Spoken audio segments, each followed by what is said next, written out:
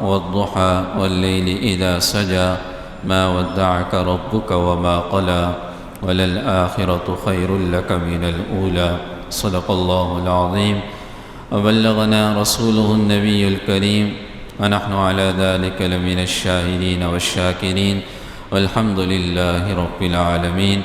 اللهم صل على سيدنا محمد وعلى آل سيدنا محمد وبارك وسلم. اللهم صل على سيدنا محمد وعلى آل سيدنا محمد وبارك وسلم. گزشتہ درس میں آپ کو یہ بات یہاں تک بیان ہوئی تھی کہ رسول اللہ صلی اللہ علیہ وسلم کے نبوت آپ کو ملنے سے پہلے جو 40 سال تک کا عرصہ ہے، میں نے اس کے درمیان جو اہم واقعات تھے وہ آپ کے سامنے بیان کیے تھے. اس میں سے حضرت ختیجہ رضی اللہ عنہا سے آپ کا نکاح، شام کی طرف آپ کا تجارتی سفر کرنا اور حلف الفضول کا معاہدہ، یہ سب بیان ہو چکا تھا. یاد رکھیے، نبی کو جو اللہ بیچتا ہے تو نبی نبوت کے اعلان سے پہلے بھی اللہ ایسی چیزیں ان کے ہاتھ پہ صادر کر دیتا ہے جس سے یہ لگتا ہے کہ یہ واقعی کوئی عظیم الشان شخص آنے والا ہے. خود جناب رسول اللہ صلی اللہ علیہ وسلم اپنے بارے میں فرماتے ہیں کہ میں آج بھی مکہ میں اس پتھر کو جانتا ہوں کہ میرے نبوت کے اعلان سے پہلے کہ جب میں اس پتھر کے قریب سے گزرتا تھا تو وہ پتھر کہا کرتا تھا السلام علیکہ یا رسول اللہ. علماء نے لکھا یہ کون سا پتھر تھا؟ اکثر علماء کی رائے یہ ہے کہ جب آپ علیہ السلام طواف کرتے تھے اور حجر اسود کے سامنے سے آپ گزرتے تھے تو میں اور آپ حجر اسود کے سامنے استلام کرتے ہیں اور بسم اللہ اللہ اکبر. لیکن حضور علیہ السلام جب حجر اسود کے سامنے سے گزرتے تھے تو حجر اسود کہا کرتا تھا السلام علیکہ یا رسول اللہ. تو یہ نبوت سے پہلے کچھ ایسی علامات تھیں. 40 سال کے عرصے میں آپ کو نبوت ملی. آپ کے بارے میں آتا ہے کہ آپ اکثر گوشہ نشینی کے لیے غار حرا تشریف لے جایا کرتے تھے، تنہائی میں چلے جایا کرتے تھے اور وہیں پر جا کر آپ تنہائی کے اندر عبادات کیا کرتے تھے. کبھی 3 دن کے لیے جاتے تھے، کبھی ہفتے کے لیے جاتے تھے اور بعض روایتوں میں پورے رمضان المبارک کا ذکر بھی آتا ہے کہ پورا رمضان آپ نے اس غار کے اندر گزارا.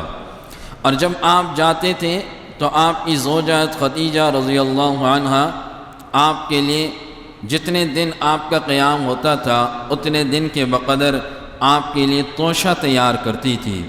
اور چونکہ اس غار کے قریب ختیجہ رضی اللہ عنہا کا اہل و عیال اس کے قریب ان کے خاندان والوں کا گھر تھا تو یہ وہاں آ جایا کرتی تھی اور پھر وہاں سے آپ کی خبر گیری بھی رکھا کرتی تھی. اور آپ تک اگر کچھ دن زیادہ گزرتے تو یہ وہاں سے اوپر آ کر آپ تک کھانا پہنچانے کا انتظام بھی کیا کرتی تھی. یہ غار حرا، اس پہاڑ کو اصل میں جبل النور کہا جاتا ہے. کیا کہا جاتا ہے؟ جبل النور. یہ مکہ مکرمہ سے 3 میل کے فاصلے پر ہے اور آج چونکہ یہ مکہ کے اندر ہی آ چکا ہے.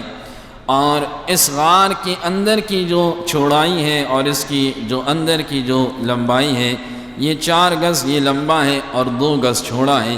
ایک آدمی آرام سے لیٹ سکتا ہے، یعنی ایک آدمی آرام سے وہاں عبادت کر سکتا ہے. آپ میں سے جو حضرات مکہ مکرمہ گئے اور انہوں نے غار حرا کی زیارت کی، آج تو سیڑھیاں بن چکی ہیں لیکن پھر بھی چلنا تھوڑا سا آسان نہیں، مشکل ہوتا ہے. جگہ جگہ پر پانی اور جگہ جگہ پر راستے میں ہوٹل بھی کھلے ہوئے ہیں، آسانیاں ہو چکی ہیں.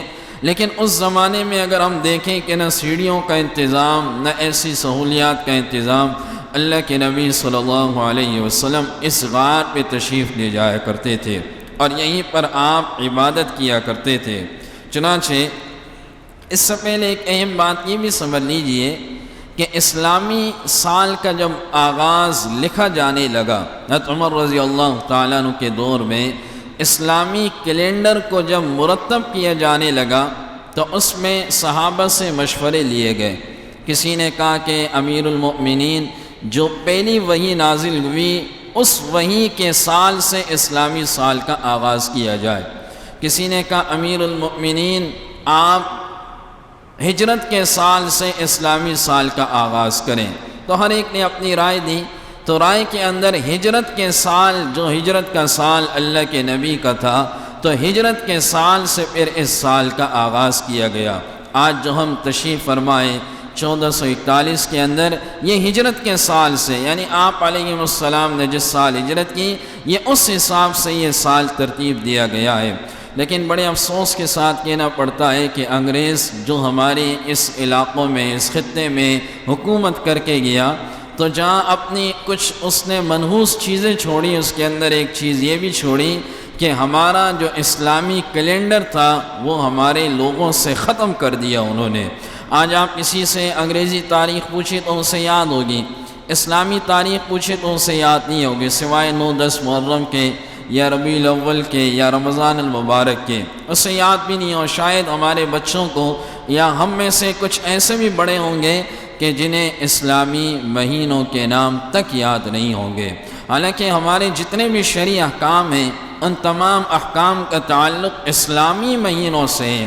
آپ اگر طلاق کی جو عدت ہوتی ہے اس کا تعلق اسلامی مہینے سے ہے، رمضان کا تعلق اسلامی مہینے سے، ربیع الاول اسلامی مہینہ ہے، محرم اسلامی مہینہ ہے، شب برات اسلامی مہینے کے اعتبار سے اس رات کی عبادت کی جاتی ہے، عید الاضحیٰ، عید الفطر، یہ تمام چیزیں اسلامی تاریخ کے لحاظ سے اسے دیکھا جاتا ہے۔ تو ہمیں اسلامی تاریخ کو بھی یاد رکھنا چاہیے، کم سے کم مہینوں کے نام تو ہمیں یاد ہونے چاہیے۔ حضرت عائشہ صدیقہ رضی اللہ تعالیٰ عنہ فرماتی ہے کہ آپ پر پہلے وحی جو نازل ہوئی اس سے پہلے آپ کو سچے خواب آیا کرتے تھے، جو آپ خواب میں دیکھتے تھے بعینہ ہی وہ ہو جایا کرتا تھا، تو سچے خواب ہوتے تھے۔ اور انبیاء کے خواب بھی ایک وحی کا درجہ رکھتے ہیں، انبیاء کے خواب سچے ہوا کرتے ہیں۔ جو آپ پہ پہلی وحی نازل ہوئی یہ غار حرا پہ نازل ہوئی اور جبرائیل علیہ السلام آئے۔ یہ بڑا عجیب واقعہ ہے۔ جبرائیل علیہ السلام کے بارے میں حضور فرماتے ہیں میں نے انہیں 2 دفعہ دیکھا اور دونوں دفعہ میں انہیں دیکھ کر بہت زیادہ ششدر رہ گیا اور بہت زیادہ خوف کی حالت میں آ گیا۔ خاص طور پر یہ پہلی دفعہ جو دیکھا غار حرا پہ، تو فرماتے ہیں کہ جبرائیل علیہ السلام کے جسم کا حجم اتنا بڑا کہ زمین سے لے کر آسمان تک ساری کی ساری فضا اور خلا کو انہوں نے پر کر دیا تھا، اور اللہ نے ان کے جسم پر 600 پر اللہ نے ان کے جسم پہ رکھے ہیں، اور ان پروں کی طاقت ایسی ہے کہ ذی قوت عند ذی العرش مکین، اللہ نے فرمایا بڑے قوت والے فرشتے ہیں کہ جبرائیل علیہ السلام خود فرماتے ہیں کہ قوم لوط کی بستی کو جب ان پر عذاب کا مرحلہ آیا تو ایک عذاب یہ تھا کہ اس بستی کو اٹھا کر آسمان پہ لے جائے، بے حیائی کرتی تھی اور آسمان پہ لے جانے کے بعد دوبارہ زمین پہ پٹخ دیں، تو جبرائیل علیہ السلام فرماتے ہیں کہ میں نے اس بستی کو اپنے پر کے ایک کونے سے اٹھایا، ایک پر کے کونے سے اٹھایا اور آسمان پہ لے گیا، اور لے جانے کے بعد دوبارہ زمین کے اندر پٹخ دیا۔ اللہ نے ایسی طاقت انہیں عطا کی، ایسی طاقت۔ قوم سمود کو ایسا عذاب آیا، قوم سمود کیسی طاقتور قوم۔ آج بھی آپ سعودیہ جائیں تو تبوک کی طرف جاتے ہوئے راستے میں مدائن صالح قوم سمود کے علاقے آتے ہیں، انہوں نے پہاڑوں کے اندر تراش تراش کے گھر بنائے ہوئے تھے، تراش، اور ایسے خوبصورت گھر بنائے ہوئے تھے کہ آج کے ہمارے گھروں کا نقشہ اور ان گھروں کو دیکھیں تو بعینی ایسا نقشہ، اور ان پہاڑوں کے اندر روشنی کا انتظام، روشن دان کا انتظام، ایسے گھر بناتے تھے۔ اللہ نے ان لوگوں نے اپنے وقت کی نبی کی بات نہیں مانی۔ ایک فرشتہ آیا اور رات کے وقت اس بستی کے کنارے پر اس فرشتے نے چیخ ماری، وَأَخَذَتْهُمُ الصَّيْحَةُ، اور ایسے چیخ ماری کہ اس چیخ کی وجہ سے سب کے سب لوگ جو رات کو سوئے ہوئے تھے ان کے کلیجے پھٹ گئے۔ تو اندازہ لگائیں کتنی بڑی چیخ ہوگی وہ۔ ان کے کلیجے پھٹ گئے اور سب کے سب رات کو مر گئے۔ ایسے اللہ نے طاقتور فرشتے رکھے ہیں۔ تو فرماتے ہیں جبرائیل علیہ السلام آئے اور آنے کے بعد انہوں نے مجھے کہا اقرأ، پڑھیے۔ آپ نے فرمایا ما انا بقار، میں تو پڑھا ہوا نہیں ہوں۔ دوبارہ کہا اقرأ، پڑھیے۔ آپ نے فرمایا ما انا بقار، میں پڑھا ہوا نہیں ہوں۔ تیسری دفعہ انہوں نے دبوچا حضور علیہ السلام کو، اور دبوچنے کے بعد دوبارہ کہا اقرأ بسم ربک الذی خلق، خلق الانسان من علق، اقرأ وربک الاکرم الذی علم بالقلم، علم الانسان ما لم يعلم۔ جب انہوں نے دبوچا تو اللہ کے نبی صلی اللہ علیہ وسلم نے اس کے بعد پڑھنا شروع کیا اقرأ بسم ربک الذی خلق، خلق الانسان من علق۔ ظاہر ہے پہلی دفعہ فرشتے کا نزول ہوا اور اللہ کے نبی صلی اللہ علیہ وسلم نے فرشتے کو اپنی اصلی حالت میں دیکھا، اصلی حالت میں۔ اس کے بعد جبرائیل علیہ السلام وہیں پہ جب آتے تھے تو حضرت دحیہ کلبی رضی اللہ عنہ کبھی ان کی صورت میں آتے تھے، کبھی اور کسی کی صورت میں، لیکن یہ پہلی دفعہ اپنی اصلی صورت میں دیکھا اور پہلی دفعہ حضور پر وحی نازل ہوئی تو آپ بڑے پریشان ہوئے اور جلدی سے اس غار سے اترے، اور اترنے کے بعد اپنے گھر تشریف لائے۔ اما خدیجہ رضی اللہ عنہا، آپ نے ان کے سامنے اس واقعے کو رکھا۔ اما خدیجہ رضی اللہ عنہا نے جب آپ کے اس واقعے کو سنا تو سننے کے بعد یہ ایک ہوشیار عورت کی علامت ہوتی ہے کہ فوراً انہوں نے آپ کو تسلیاں دی۔ آپ جب گھر میں داخل ہوئے تو آپ نے فرمایا زملونی، مجھے چادر اوڑھائیے، پسینہ آپ کے چہرے پہ تھا، مجھے چادر اوڑھائیے، پریشان تھے چہرے سے۔ پوچھا کہ کیا ہوا؟ آپ نے سارا واقعہ سنایا تو اس خاتون نے حضور علیہ السلام کو تسلی دی اور تسلی دیتے ہوئے فرمایا کہ انک تحمل الکل وتکسب المعدوم وتقرئ الضیف وتعین علی نوائب الحق واللہ لا یخزیک اللہ ابدا۔ آپ پریشان مت ہو، اللہ آپ کو کبھی رسوا نہیں کرے گا۔ آپ تو وتصل الرحم، آپ تو صلہ رحمی کرتے ہیں، آپ تو لوگوں کا بوجھ اپنے کندھوں پہ اٹھاتے ہیں، آپ تو جس کے پاس نہیں ہوتا اسے اپنے ہاتھ سے دیتے ہیں۔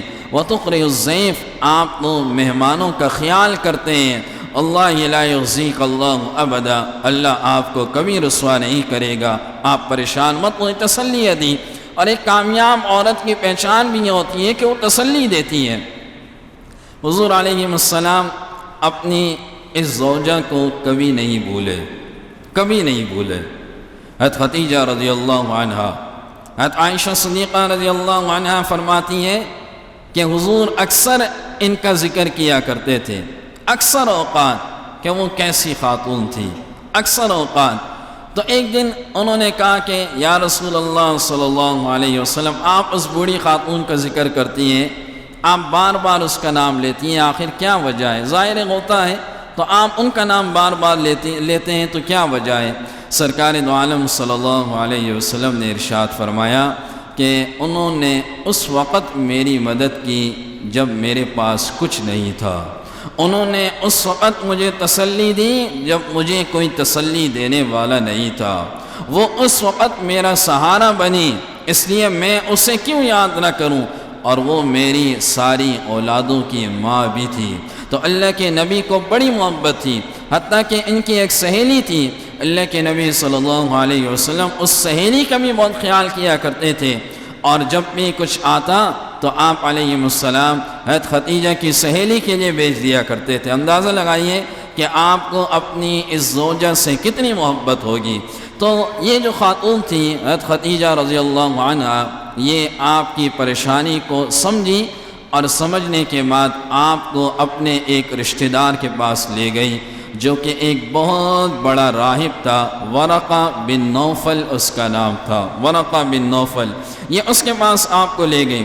بہت بڑا راہب تھا اور یہ عیسیٰ علیہ السلام کے مذہب پہ تھے، اور یہ تھے قریشی لیکن یہ بت پرست نہیں تھے، عیسیٰ علیہ السلام کے مذہب پہ تھے، اور اپنی قوم سے بالکل کٹے ہوئے تھے۔ حضرت خدیجہ رضی اللہ عنہا آپ کو ان کے پاس لے گئیں اور سارا واقعہ حضور نے ان کے سامنے سنایا۔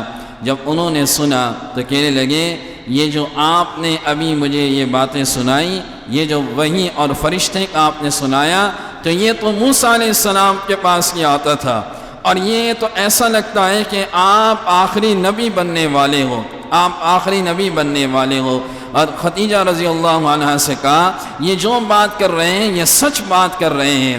اور اس شخص نے بھی، ورقہ بن نوفل نے بھی تسلی دی اور یہ بات بھی کہی کہ کاش جب آپ کے اپنے لوگ آپ کو مکہ سے نکالیں، آپ کے اپنے وطن سے نکالیں، کاش میں اس وقت زندہ ہوں تو میں آپ کی ضرور مدد کروں گا، میں آپ کی ضرور مدد کروں گا۔ کاش جب آپ کے لوگ آپ کو مکہ سے نکالنے لگے اور میں زندہ رہا تو میں آپ کی ضرور مدد کروں گا۔ لیکن یہ بہت بوڑھے ہو گئے تھے، اس کے بعد انتقال ہوا۔ لیکن خدیجہ رضی اللہ عنہا کو بھی علم ہوا کہ میرے شوہر جو بات کر رہے ہیں یہ واقعی عظیم الشان اللہ کے نبی بننے والے ہیں۔ اب یہ سوال اٹھتا ہے کہ پہلی وحی کون سی نازل ہوئی؟ بعض علماء نے کہا اقرأ بسم ربک الذی خلق، یہ نازل ہوئی، اور بعض علماء نے کہا یا ایھا المدثر قم فانذر وربک فکبر وثیابک فطہر والرجز فاہجر۔ بعض نے کہا یہ جو آیات ہیں یہ پہلی نازل ہوئی، اور بعض نے کہا والضحی واللیل اذا سجی ما ودعک ربک وما قلی وللآخرۃ خیر لک من الاولی، یہ پہلے نازل ہوئی۔ اس لیے علماء نے اس میں اختلاف کیا کہ پہلی وحی کے اندر رسالت کا ذکر ہوتا ہے، پہلی وحی کے اندر کس کا ذکر ہوتا ہے؟ رسالت کا ذکر ہوتا ہے۔ تو علماء نے کہا کہ یہ شاید نازل ہوئی۔ ان تینوں آیتوں میں، ان تینوں جو مختلف اقوال ہیں اس کے اندر علماء نے تطبیق رکھی ہے، اور وہ تطبیق علماء نے یہ رکھی ہے، سیرت نگاروں نے یہ لکھا کہ پہلی وحی تو یہی تھی اقرأ بسم ربک الذی خلق، لیکن رسالت کا ذکر ہے وہ اللہ نے یا ایھا المدثر کے اندر بیان کر دیا، اور پھر کچھ عرصے تک وحی رک گئی، تو ایک مکہ کے اندر زبان دراز عورت تھی، نعوذ باللہ، اس عورت نے ایسے الفاظ کہے جس سے آپ کو بہت بڑا صدمہ ہوا۔ اس عورت نے کہا لگتا ہے کہ ان کو ان کے اللہ نے چھوڑ دیا ہے، نعوذ باللہ۔ اس عورت نے اس قسم کے الفاظ کہے تو اللہ نے پھر والضحی واللیل اذا سجی ما ودعک ربک وما قلی، آپ کے رب نے آپ کو نہیں چھوڑا، ما ودعک ربک وما قلی وللآخرۃ خیر لک من الاولی ولسوف یعطیک ربک فترضی، آپ کا رب آپ کو اتنا عطا کرے گا کہ آپ خود راضی ہو جائیں گے، آپ خود خوش ہو جائیں گے، آپ کا رب آپ کو اتنا عطا کرے گا۔ تو علماء نے کہا پہلی وحی وہ اقرأ بسم ربک الذی خلق، اور رسالت کے لحاظ سے پہلی وحی یا ایھا المدثر، اور اس کے بعد تیسرے لحاظ سے جو میں نے بتایا اس عورت نے بات کی تو اس لحاظ سے والضحی واللیل اذا سجی یہ پہلی وحی تھی۔ یاد رکھیے سب سے پہلے ایمان کون لایا؟ یہ جو حضور علیہ السلام پر وحی نازل ہوئی تو اس کے بعد 3 سال کا جو عرصہ ہے یہ خاموشی کے ساتھ دعوت کا عرصہ ہے، علی الاعلان نہیں ہے، خاموشی کے ساتھ دعوت کا یہ عرصہ ہے۔ اب خاموشی کے ساتھ اس دعوت میں سب سے پہلے ایمان کون لایا؟ علماء نے لکھا ظاہر ہے حضرت خدیجہ رضی اللہ عنہا، یہ سب سے پہلے آپ پہ ایمان لائی۔ اور یاد رکھیے کہ گھر والی سب سے زیادہ اپنے شوہر کو جانتی ہے، گھر والی سب سے زیادہ اپنے شوہر کو، اخلاق اس کے کردار کو سب سے زیادہ گھر والی جانتی ہے۔ آپ میں سے اگر کسی کے بارے میں پوچھنا ہے تو اس کے دوستوں سے زیادہ اس کی گھر والی سے پوچھیے۔ دوست بھی بتا دیتے ہیں، جو قریبی دوست ہوتے ہیں وہ بھی بتا سکتے ہیں کہ میرا یہ ساتھی کیسا ہے، لیکن اس سے بھی زیادہ اخلاق اور کردار کے لحاظ سے جو بتائے گی وہ کون ہوگی؟ وہ گھر والی ہوگی، گھر والی کی گواہی معتبر ہوگی۔ تو سب سے پہلے جو گواہی دینے والی ہے آپ پر وہ کون تھی؟ حضرت خدیجہ رضی اللہ عنہا۔ اسی لیے آپ نے اپنے ازواج سے فرمایا کہ جو کچھ میرے گھر کی زندگی تم سب دیکھتی ہو یہ میری امت تک پہنچانا تم سب کا فرض ہے۔ اور انہوں نے بیان کر دیا امت تک ایک ایک بات گھر والیوں نے بیان کر دی، بتا دی کہ حضور کے گھر کی زندگی کیسی تھی، حضور گھر میں کس طرح آتے تھے، حضور کا اپنی ازواج کے ساتھ کیسا معاشرتی اخلاق تھا، یہ ساری کی ساری انہوں نے بیان کر دی۔ حضرت خدیجہ رضی اللہ عنہ یہ سب سے پہلے مسلمان ہوئی، بعض نے کہا صدیق اکبر رضی اللہ تعالیٰ عنہ مسلمان ہوئے، بعض نے کہا علی رضی اللہ عنہ مسلمان ہوئے، بعض نے کہا حضرت زید بن حارثہ رضی اللہ عنہ مسلمان ہوئے، اور بعد نے کہا بلال حبشی رضی اللہ عنہ مسلمان ہوئے۔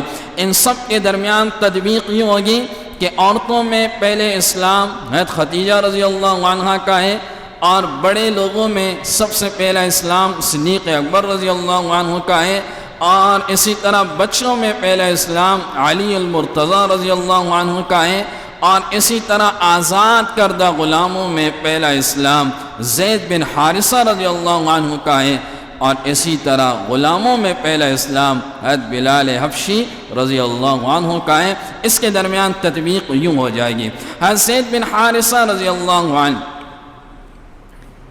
ان کو یہ آزاد کردہ ایک بچہ تھا، لیکن ان کو کوئی مدینہ سے یا کسی اور شہر سے پکڑ کے قافلے والے چوری سے لے آئے، اور لانے کے بعد مکہ میں انہیں بیچ دیا۔ بیچنے کے بعد انہیں آتے آتے حضرت خدیجہ رضی اللہ عنہا نے انہیں خرید لیا، اور خریدنے کے بعد اس بچے کو حضور علیہ السلام کی طرف ہدیہ کر دیا، یہ حضور کی خدمت میں لگے رہیں گے۔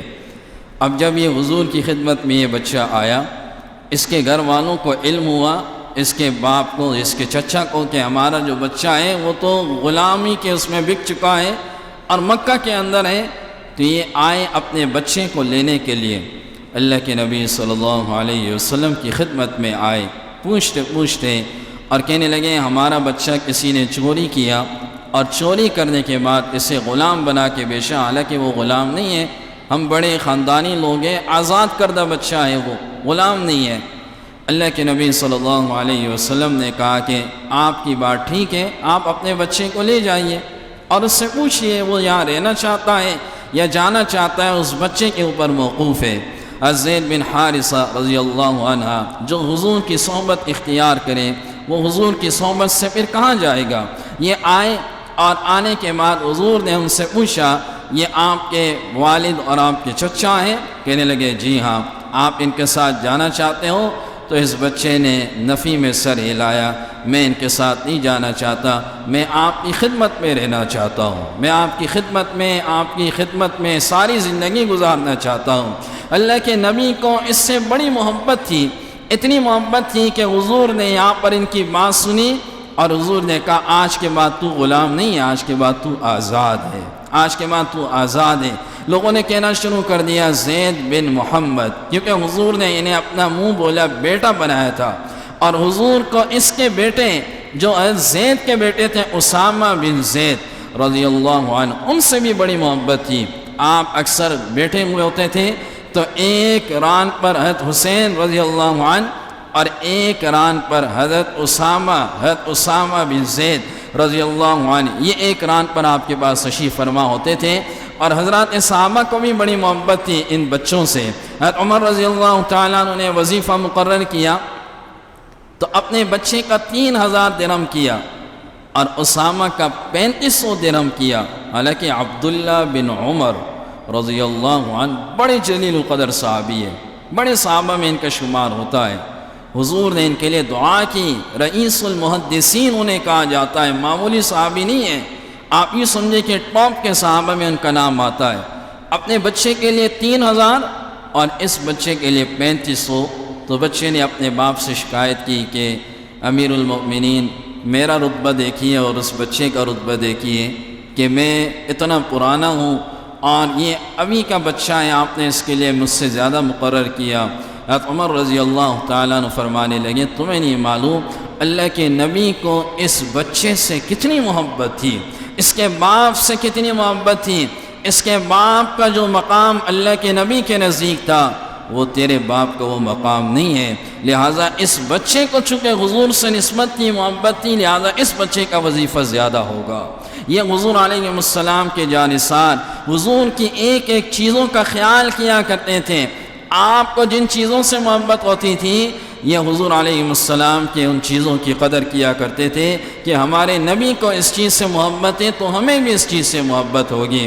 تو حضرت زید بن حارثہ رضی اللہ تعالیٰ عنہ یہ اس وقت کہنے لگے کہ حضور میں آپ کی خدمت میں رہنا چاہوں گا اور میں یہیں پر رہوں گا۔ صدیق اکبر رضی اللہ تعالیٰ عنہ یہ کون تھے؟ یہ جناب رسول اللہ صلی اللہ علیہ وسلم کے قریبی دوست تھے، اور 2 سال آپ سے چھوٹے تھے۔ 38 سال ان کی عمر تھی اور 40 سال حضور علیہ السلام کی عمر مبارک تھی، اور آپ کے ساتھ 1-2 سفروں میں بھی تشریف لے گئے تھے، آپ کے بہت ہی قریبی تھے۔ ان کے اسلام لانے کا واقعہ بھی بڑا عجیب ہے۔ ان کے اسلام لانے کے بارے میں بھی علماء لکھتے ہیں کہ یاد رکھیے سب سے زیادہ انسان کی صداقت کی دلیل قریبی دوست دیا کرتے ہیں۔ قریبی دوست کیا رائے رکھتے ہیں آپ کے بارے میں، تو اس رائے کو بھی مانا جاتا ہے۔ میں نے اہلیہ کا بھی ذکر کیا، اور اس کے ساتھ آپ کے قریبی دوستوں کی آپ کے بارے میں کیا رائے ہیں اسے بھی مانا جاتا ہے کہ وہ آپ کے بارے میں کیا رائے رکھتے ہیں۔ تو صدیق اکبر رضی اللہ تعالیٰ عنہ اپنے ایک دوست حضرت حکیم بن حزام رضی اللہ عنہ جو اس وقت ایک مسلمان نہیں تھے، یہ ان کے گھر میں تشریف فرما تھے۔ اپنے دوست حکیم بن حزام، یہ حکیم بن حزام یہ حضور کے بھی دوست تھے، یہ حضور کے بھی دوست تھے، اور کبھی کبھی یہ یمن جاتے تھے تو وہاں سے کچھ ہدیہ حضور علیہ السلام کے لیے لایا کرتے تھے۔ یہ اپنے اس دوست کے گھر میں تھے تو دیکھا ایک لونڈی آئی اور دوڑتے ہوئے وہ لونڈی آئی، اور دوڑتے ہوئے لونڈی آنے کے بعد کہنے لگی کہ میں نے ختیجہ کے گھر میں عجیب آج ایک عمل دیکھا کہ ختیجہ اور ان کے شوہر آج کچھ نماز یا اس طرح کی کچھ عبادت کر رہے تھے، تو میں نے آج یہ منظر دیکھا۔ صدیق اکبر رضی اللہ تعالیٰ عنہ نے یہ بات سنی تو فوراً کھڑے ہوئے اور اللہ کے نبی صلی اللہ علیہ وسلم کی خدمت میں حاضر ہوئے اور کہا کہ اس سے یہ بات پتہ چلتی ہے کہ سب سے پہلے اسلام ختیجہ رضی اللہ عنہا لائی ہے۔ اس لونڈی کی بات سے یہ بات بھی پتہ چلتی ہے۔ تو صدیق اکبر رضی اللہ عنہ آئے اور حضور سے کہا کہ اس طرح لونڈی آئی اور انہوں نے یہ بات کی تو کیا اس میں صداقت ہے؟ اللہ کے نبی صلی اللہ علیہ وسلم نے ارشاد فرمایا جی ہاں، یہ صداقت ہے کہ اللہ نے مجھے نبی بنا دیا ہے اور مجھ پر اللہ نے وحی نازل کر دی ہے، تو تم میرے بارے میں کیا کہتے ہو؟ صدیق اکبر رضی اللہ تعالیٰ عنہ نے اس وقت جو جملہ لکھا اور کہا صدقت بی ابی و امی وانت اہل الصدق واشہد ان لا الہ الا اللہ واشہد ان محمد رسول اللہ۔ آپ سچے ہیں، آپ نے زندگی میں کبھی بھی جھوٹ نہیں بولا، اور آج جو آپ یہ بات کر رہے ہیں یہ بھی سچی بات ہے، اس میں جھوٹ نہیں ہے۔ میں گواہی دیتا ہوں کہ آپ اللہ کے رسول ہیں اور آپ اللہ کے سوا کوئی عبادت کے لائق نہیں ہیں۔ یہ اس وقت حضرت صدیق اکبر رضی اللہ تعالیٰ عنہ مسلمان ہوئے۔ ایک دفعہ حضرت عمر رضی اللہ تعالیٰ عنہ اور حضرت صدیق اکبر رضی اللہ تعالیٰ عنہ کے درمیان کچھ تلخی ہوئی تو حضور کو علم ہوا۔ حضور نے عمر رضی اللہ عنہ کو بلایا اور بلانے کے بعد فرمایا تم میری نسبت کا خیال کرو اور میری نسبت کی وجہ سے صدیق اکبر کا خیال کرو۔ اپنی نسبت کہا کہ میری وجہ سے ان کا خیال کیا کرو، اور سب صحابہ سے کہا کہ میں نے سارے لوگوں کے احسانوں کا بدلہ ادا کر چکا ہوں، لیکن یہ واحد صدیق اکبر ہے کہ اس کے احسان کا بدلہ کل قیامت کے دن اللہ ہی ادا کرے گا۔ اور آپ اپنی زندگی میں 2 لوگوں کا ذکر کیا کرتے تھے، مردوں میں صدیق اکبر رضی اللہ عنہ اور عورتوں میں ختیجہ رضی اللہ عنہ۔ ان کا بہت زیادہ آپ کثرت سے ذکر کیا کرتے تھے اور بڑی محبت کے ساتھ ان کا نام لیا کرتے تھے، اس لیے کہ ان حضرات نے یہ مشکل وقت تھا، یہ جو شروع کا وقت تھا، یہ جو آپ کے شروع کی دعوت کا وقت تھا، یہ مشکل وقت تھا۔ اس وقت میں یہ لوگ آپ کے دستے بازو بنے۔ آگے بھی آئے گا کہ صدیق اکبر رضی اللہ تعالیٰ عنہ نے کتنی آپ کی خدمت کی اور کتنا آپ کے ساتھ رہے، یہ آگے بھی آئے گا۔ ابو بکر اور ختیجہ رضی اللہ عنہما، ان کی ایمان کی قدر اللہ کے نبی بہت زیادہ کیا کرتے تھے۔ اس کے بعد اسلام حضرت علی رضی اللہ تعالیٰ عنہ کا نام آتا ہے۔ یاد رکھیے حضرت علی رضی اللہ تعالیٰ عنہ یہ ابو طالب کے 4 بیٹے تھے، طالب، عقیل، جعفر اور علی المرتضیٰ رضی اللہ عنہ۔ اس میں سے طالب مسلمان نہیں ہوا، یہ باقی تینوں مسلمان ہوئے۔ یہ جو ابو طالب تھا، اللہ کے نبی شروع میں ان کی بھی سرپرستی میں رہے، ان کے مالی حالات بہت خراب ہو گئے، تو نبی علیہ السلام نے اپنے چچا عباس رضی اللہ عنہ سے کہا کہ ان کے مالی حالات خراب ہیں اور 4 بیٹے ہیں، ہمیں چاہیے کہ ہم ان کے دستے بازو بنیں، اور دستے بازو بننے کا طریقہ یہ ہے کہ ان میں سے ان کی اولادوں کو اپنے اوپر ہم تقسیم کر لیں کہ یہ بچہ اس کی خدمت میں کروں گا، یہ میرے پاس رہے گا، اور اس کے کھانے پینے کا اور اس کے باقی جو انتظام ہے یہ مجھ پر ہوگا۔ یہ دونوں اپنے اس چچا ابو طالب کی خدمت میں آئے۔ ابو طالب کی خدمت میں جب یہ آئے تو ابو طالب نے، چونکہ حضور کے تو چچا تھے، ابو طالب عباس رضی اللہ عنہ کے بھائی تھے، تو ابو طالب سے یہ بات کی۔ ابو طالب نے کہا کہ بڑا والا بیٹا طالب اسے میرے پاس رہنے دو، اور طالب کے بعد عقیل میرے پاس رہنے دو، یہ جعفر اور علی المرتضیٰ یہ انہیں آپ لے جاؤ۔ تو حضرت عباس رضی اللہ تعالیٰ عنہ نے حضرت جعفر بن طیار رضی اللہ عنہ انہیں اپنے ساتھ لیا، جعفر طیار رضی اللہ عنہ۔ جعفر طیار کا مطلب اڑنا ہوتا ہے، انہیں جعفر طیار اس لیے کہتے ہیں کہ ایک جنگ میں ان کے دونوں بازو کٹ گئے اور یہ شہید ہو گئے۔ ان کی اہلیہ رونے لگی تو حضور نے فرمایا میں دیکھ رہا ہوں کہ اللہ نے جنت کے اندر ان کے دونوں ہاتھوں کی جگہ پر لگا دیے اور وہ جنت کے چکر لگا رہا ہے۔ اس کے بعد ان کا نام ہی پڑ گیا جعفر طیار، جعفر طیار۔ اور علی رضی اللہ تعالیٰ عنہ کا حضور نے کہا انہیں میرے پاس رکھیے، تو ان کی عمر اس وقت 2 سال تھی، چھوٹی عمر کے تھے، 2 سال تھی۔